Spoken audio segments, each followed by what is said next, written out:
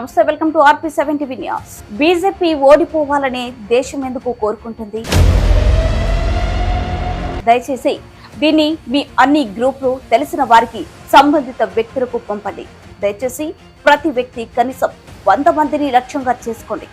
మీరు చేసే ఈ పని తాలూకు గొలుసు కట్టు ప్రభావం వల్ల ఒక వారంలో 10 కోట్ల మందికి, 3 వారాల్లో 100 కోట్ల మందికి చేరుతుంది. గాంధీవాదులు బీజేపీ ఓడిపోవాలని కోరుకుంటున్నారు.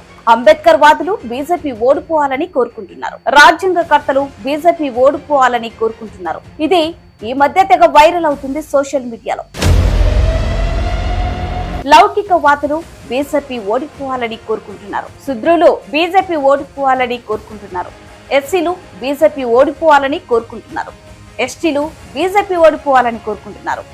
ఓబీసీలు కూడా బీజేపీ ఓడిపోవాలని కోరుకుంటున్నారు. ఆదివాసులు బీజేపీ ఓడిపోవాలని కోరుకుంటున్నారు. సిక్కులు కూడా బీజేపీ ఓడిపోవాలని కోరుకుంటున్నారు. క్రైస్తవులు బీజేపీ ఓడిపోవాలని కోరుకుంటున్నారు. ముస్లింలు బీజేపీ ఓడిపోవాలని కోరుకుంటున్నారు.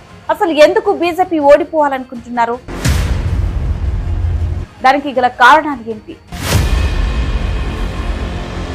ఎందుకంటే బీజేపీ అన్ని రంగాల్లో విఫలమైంది. ఏడాదికి 2 కోట్ల ఉద్యోగాలు, పెట్రోల్ లీటర్కు 35, మహిళా రక్షణ ఇంకా భద్రత, నల్లధనాన్ని వెనక్కి రప్పించడం, క్రోనీ క్యాపిటలిస్టులను పెంచి పోషించడం, న్యాయ వ్యవస్థకు ఆటంకం కలిగించడం, మీడియాను హైజాక్ చేయడం, ప్రపంచ ఆకలి సూచిలో దిగజారడం, పేదరిక సూచిలో దిగజారడం, ప్రపంచ శాంతి సూచిలో దిగజారడం, ఇలా ఎన్నో చేశారు. ప్రజాస్వామ్యాన్ని నిరంకుశ తత్వంలోకి దిగజార్చడం, రాజకీయాలను నేరస్తులు, రేపిస్టులు ఇంకా అవినీతి నేతలతో నింపడం, జీరో మీడియా ఇంటరాక్షన్లు, సంపాదన కొందరి చేతుల్లోనే పోగయ్యేలా చేయడం, అసలైన నేతలకు బదులుగా కుమారులు, కుమార్తెలను ప్రోత్సహించడం, వారసత్వ రాజకీయాలు, కషాయీకరించబడిన చరిత్ర, కషాయీకరించబడిన విద్య, కషాయీకరించబడిన సినిమా, కషాయీకరించబడిన క్రికెట్, ప్రణాళిక లేని నోట్ల రద్దు, తదనంతరం గందరగోళం, ప్రాణ నష్టం, ప్రణాళిక లేని లాక్డౌన్లు, ఫలితంగా గందరగోళం, కార్మికులు ఇంటికి నడుచుకుంటూ తిరిగి వెళ్లడం, మధ్యలోనే తిరిగి రాని లోకాలకు చేరడం, ద్వేష పూరిత ప్రసంగాలు పెరగడం, కొట్టి చంపడాలు, అల్లర్లు, ఉగ్రవాది గాడ్సేను బహిరంగంగా కీర్తించి ఆరాధించడం, కోవిడ్ సమయంలో వ్యాక్సిన్ దేశానికి అవసరమైనప్పుడు విదేశాలకు పంపడం,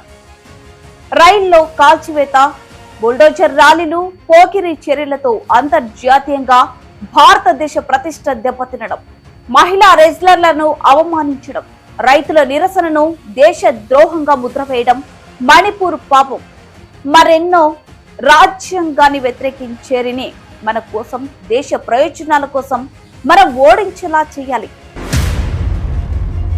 2024 రాజ్యాంగం ఇండియా, 2029 అవును రాజ్యాంగం మాత్రమే, 2034 మళ్ళీ రాజ్యాంగం. ఇంకా అంతకు మించి మీ చుట్టూ ఉన్న వారిలో కనీసం 11 మందికి అవగాహన కల్పించండి. జాతీయవాద ఓటర్లను లౌకిక ప్రజాస్వామ్య భారతదేశం కోసం ఓటు వేసేలా మార్చండి. మన పిల్లలు సమ్మిళిత భారతదేశాన్ని చూడాలి. మన జీవితం ముగిసింది. మన కర్తవ్యాన్ని మనం నిర్వర్తించాలి. సురక్షిత సమాజాన్ని, సురక్షిత జీవితాన్ని, సురక్షిత భవిష్యత్తును మనం అందించాలి.